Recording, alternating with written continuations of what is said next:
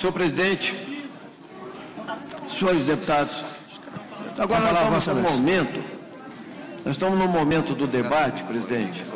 Eu peço a atenção dos nobres pares. Eu queria saber qual é a minha inscrição aí, senhor presidente. Nós estamos no momento do debate, presidente, em que agora é hora de usar argumentos. São 15 minutos.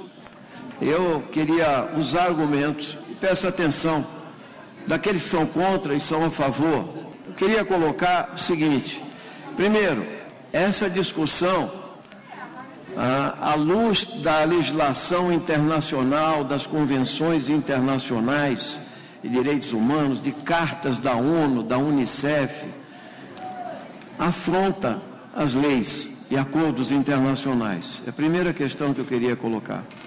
Em segundo lugar, senhor presidente, há um debate sobre se existe impunidade e ele é mal discutido com um outro termo que é imputabilidade.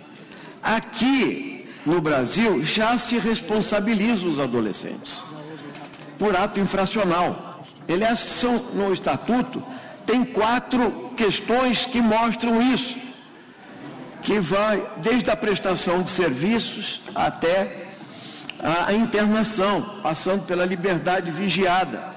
E para soltar um menor que cometeu crime grave, tem que ter análise de psicólogos e da justiça. Então não é verdade que não há, inclusive, internação dos menores. Em terceiro lugar, eu queria mostrar uma tendência mundial. A tendência mundial, hoje, se pegar todos os países europeus, é para 18 e até 21 anos. Não o contrário. No Japão é 20 anos. Não existe tendência contrária. E no país que levou para 10 anos, aumentou a violência, que é os Estados Unidos da América. Então eu quero tratar de argumentos, eu quero tratar de estatísticas aqui no Brasil. Em quarto lugar, me dirijo inclusive à deputada Ota, que é uma vítima da violência, com a sensibilidade que ela tem, ter perdido um filho. Eu quero dizer o seguinte: claro que casos que chocam, casos que são, inclusive, de uma violência inaudita ou praticados por psicopatas, como aquele Champinha e etc., não podem se tornar regra, porque eles são exceções. É isso que eu quero dizer. 0,0013 dos 21 milhões de adolescentes brasileiros apenas cometeram atos infracionais, e dos que cometeram, é muito menos de 1% que praticaram homicídio. Estão em todas as estatísticas internacionais da Unicef.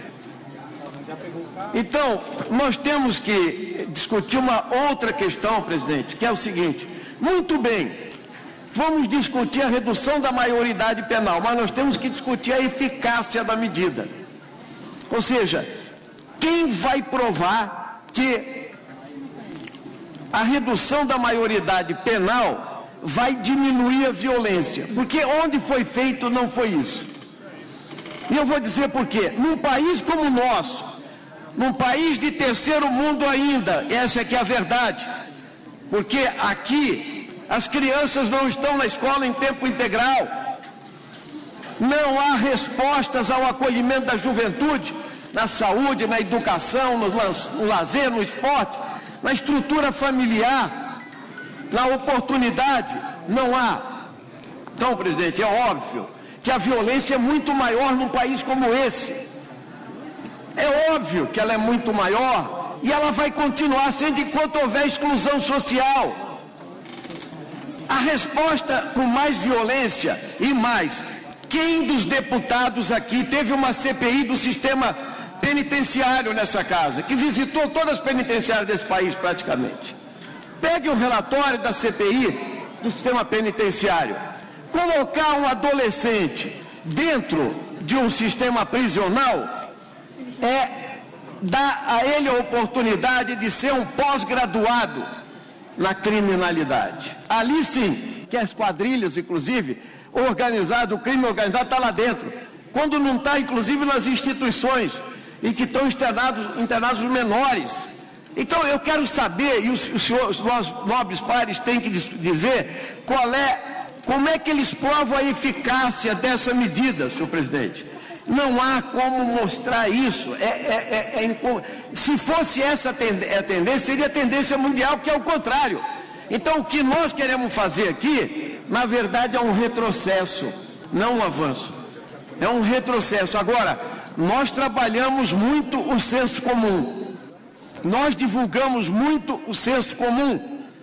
Nós divulgamos sempre os efeitos da violência, que estão aí, é o crime, é o furto, o assalto, e etc. Mas nós trabalhamos pouco, nós legisladores brasileiros, que somos responsáveis pelo orçamento da República também, que não discutimos para onde vai a maioria dos recursos brasileiros arrecadados pelos impostos, mas que não vão, principalmente para a saúde e para a educação, mas vão sim para pagar juros para banqueiros. Isso ninguém discute. É impressionante, é um silêncio ensurdecedor sobre isso, que a razão da exclusão social está nas opções e escolhas feitas, inclusive na política econômica, porque nós não temos reformas estruturais no nosso país. Então, senhor presidente, é evidente que, como legisladores, nós temos uma responsabilidade muito maior do que qualquer um. Nós não podemos só nos sensibilizar com a violência. Nós não podemos pegar os programas de TV das tardes brasileiras, que pegam um tema e martelam um crime durante 3, 4 horas, e que as pessoas não conseguem visualizar exatamente quais são as causas que levam aquilo, e estatisticamente quanto é isso na sociedade brasileira. Em sexto lugar, senhor presidente, é evidente que nós estamos aqui na CCJ. A Comissão de Constituição e Justiça também tem que discutir admissibilidade. E a admissibilidade vai dizer o seguinte: o grande debate aqui é se esta cláusula, que é a proteção da criança e do adolescente, é cláusula pétrea. Esse é o debate. Se nós não acolhemos a criança e o adolescente, se o Estado não luta para inseri-lo, se o Estado não dá as oportunidades, como é que o Estado quer assumir a punição só do menor? E isso é responsabilidade. Então, é evidente, senhor presidente, que o legislador brasileiro, em 1988, tinha coisas para dizer. Então, ele fez e o fez para colocar na Constituição determinadas regras, no artigo 228, mas também no artigo 5º da Constituição, várias questões que dão garantias individuais à cidadania brasileira. E é por isso, presidente, que nós, do PSOL, entendemos que nós não podemos acatar nem aceitar uma escalada punitiva. A escalada punitiva não resolverá os problemas estruturais da insegurança do povo brasileiro. É esse debate que o pessoal quer fazer aqui nessa casa, aqui e na comissão especial. Não resolverá. Quero que os nossos nobres colegas, deputados e deputadas, peguem as estatísticas da Finlândia ou de Cuba, de vários países do mundo, os países europeus que têm escola em tempo integral, e vejam ali a criminalidade. Inclusive, presidente, nós temos aqui sim estatísticas que vão mostrar que o Brasil não é o país em que as crianças são mais, as crianças e adolescentes são aqueles que mais praticam crimes dentro das infrações. Pelo contrário, a média mundial é 11,6 crianças por 100 mil. A média brasileira é 10. No Japão é 46. Poxa, nós precisamos trabalhar com os números, nós precisamos trabalhar com as realidades, com a experiência mundial. E nós aqui estamos querendo dar uma resposta imediata. Então, esse mapa da violência não leva em conta o seguinte: o mapa da violência do Brasil, aqui nós estamos discutindo quais são as ações praticadas pelos menores infratores. Mas nós não estamos discutindo, e tem uma CPI aberta para isso, sobre a violência sobre o negro pobre e o excluído no nosso país. Aqueles que morrem, seja pela violência, seja pela fome, pela exclusão social, nas favelas. Aí você não tem a estatística. Ou seja, que a grande maioria é vítima. E isso não exclui os casos de violência. Os menores a praticam, e quanto mais a interferência da droga for maior, maior será a violência. E esse é o outro debate que nós temos que fazer com a racionalidade e a sabedoria que os legisladores têm que utilizar. Por isso, senhor presidente, eu queria colocar exatamente essa questão. Qual é o papel do legislador? Nossa sensibilidade, deputado Marco Rogério, nossa responsabilidade, ela está em absorver a sensibilidade que está da população. Aqui todo mundo sabe que a maioria da população é a favor da redução da maioridade penal. Mas o fato dela sê-la não quer dizer que ela é melhor para o Brasil e para o próprio povo brasileiro. A história já demonstrou isso em diversas ocasiões.